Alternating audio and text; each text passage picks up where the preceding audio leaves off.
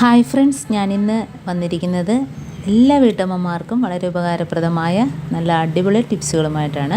അപ്പോൾ video skip ചെയ്ത് കണ്ടാൽ മാത്രമേ മനസ്സിലാവുകയുള്ളൂ. അപ്പോൾ നമുക്ക് വീഡിയോയിലോട്ട് കിടക്കാം. അപ്പോൾ ഫസ്റ്റ് ടിപ്പ് എന്ന് പറഞ്ഞാൽ നമ്മൾ കുക്കറൊക്കെ അടുപ്പ് വയ്ക്കുമ്പോഴത്തേനും കറിയൊക്കെ പൊങ്ങി തൂവുമല്ലോ. അപ്പോൾ അങ്ങനെ ഇല്ലാതിരിക്കണമെങ്കിൽ കുറച്ച് എണ്ണ ആ കുക്കറിൻ്റെ മൂടിയുടെ അകത്ത് കുറച്ചിങ്ങനെ ഒന്ന് സ്പ്രെഡ് ചെയ്ത് കൊടുക്കുക എല്ലായിടത്തും.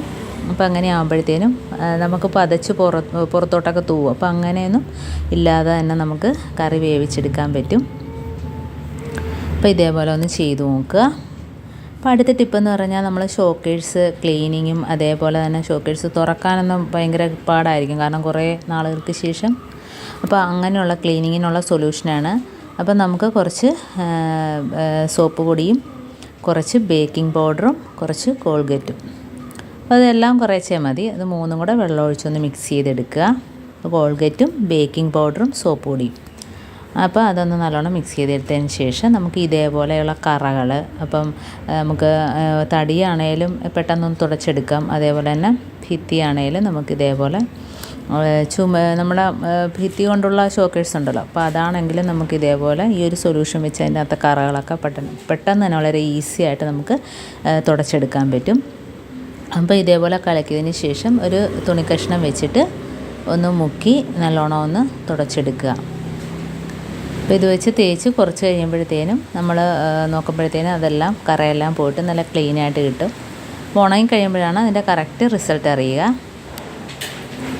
അപ്പോൾ ഇതേപോലെ ഒന്ന് തേച്ച് കൊടുക്കുക. അപ്പോൾ വർഷങ്ങൾ കൊണ്ട് നമ്മൾ തുടയ്ക്കാതെ വൃത്തിയാക്കാതെയൊക്കെ ഇരിക്കുന്ന ഷോക്കേഴ്സിൽ ഇപ്പോൾ ഇങ്ങനെയൊക്കെയുള്ള പാടുകളൊക്കെ ഉണ്ടെങ്കിൽ മാറിക്കിട്ടും. അതേപോലെ തന്നെ ഗ്ലാസ് തുറക്കാനും അടക്കാനും ഒക്കെ പാടായിരിക്കും.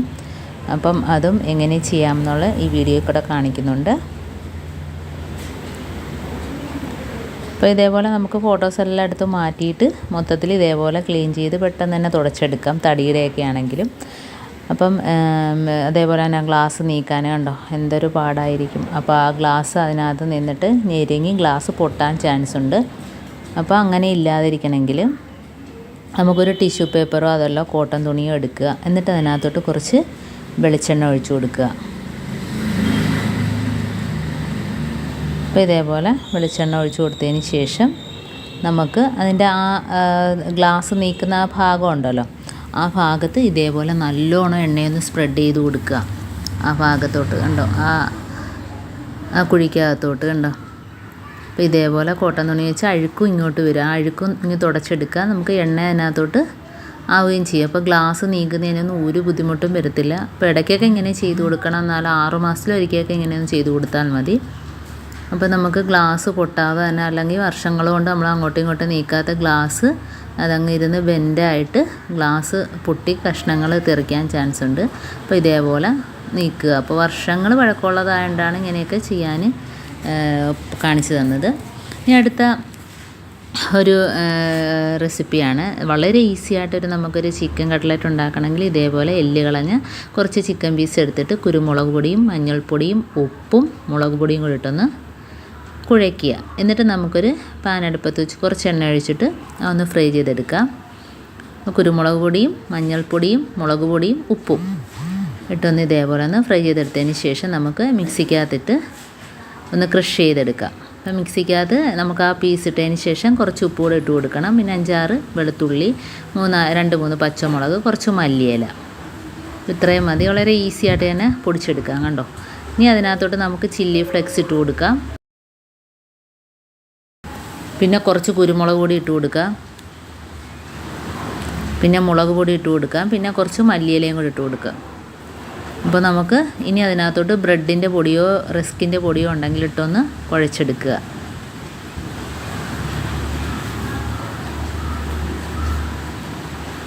ഇനി നമുക്ക് ഇതേപോലെ കൈ വെച്ചൊന്ന് ഷേപ്പ് ചെയ്തെടുക്കാം. അപ്പോൾ വളരെ ഈസി ആയിട്ട് തന്നെ ഉണ്ടോ റെഡിയാക്കി എടുക്കാം. പെട്ടെന്ന് തന്നെ ആരെങ്കിലും വീട്ടിൽ വിരുന്ന് വന്നാൽ തന്നെ നമുക്ക് ഇതേപോലെ റെഡിയാക്കി എടുക്കാം. അപ്പോൾ ഇങ്ങനെ ചെയ്തെടുത്താൽ നല്ല ടേസ്റ്റാണ്. ഇപ്പോൾ കൂടുതൽ ഇതിനകത്ത് ചിക്കൻ്റെ പീസുകളാണ് കൂടുതലുള്ളത്. അപ്പോൾ എല്ലാം റെഡിയാക്കി എടുത്തിട്ടുണ്ട്. ഇനി നമുക്ക് പാൻ അടുപ്പത്ത് വെച്ച് എണ്ണ ചൂടായി വരുമ്പോഴത്തേനും ഫ്രൈ ചെയ്തെടുക്കാം.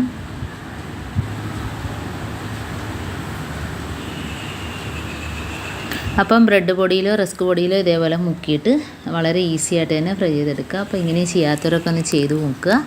അപ്പോൾ എൻ്റെ ഈ വീഡിയോ ഇഷ്ടപ്പെട്ടെങ്കിൽ ഒന്ന് ലൈക്ക് ചെയ്യാനും കമൻറ്റ് ചെയ്യാനും സബ്സ്ക്രൈബ് ചെയ്യാനും മറക്കരുത്. അതേപോലെ തന്നെ ബെല്ലൈക്കൻ എനേബിൾ ചെയ്യാനും മറക്കരുത്. എന്നാൽ മാത്രമേ ഞാനിടുന്ന ഓരോ വീഡിയോസും നിങ്ങളുടെ മുമ്പിൽ നോട്ടിഫിക്കേഷനായി എത്തുകയുള്ളൂ. അപ്പോൾ എല്ലാം ഇതേപോലെ നമുക്ക് മൊരിച്ച് നല്ല ടേസ്റ്റാണ് ഇങ്ങനെ മൊരിച്ചെടുത്താൽ.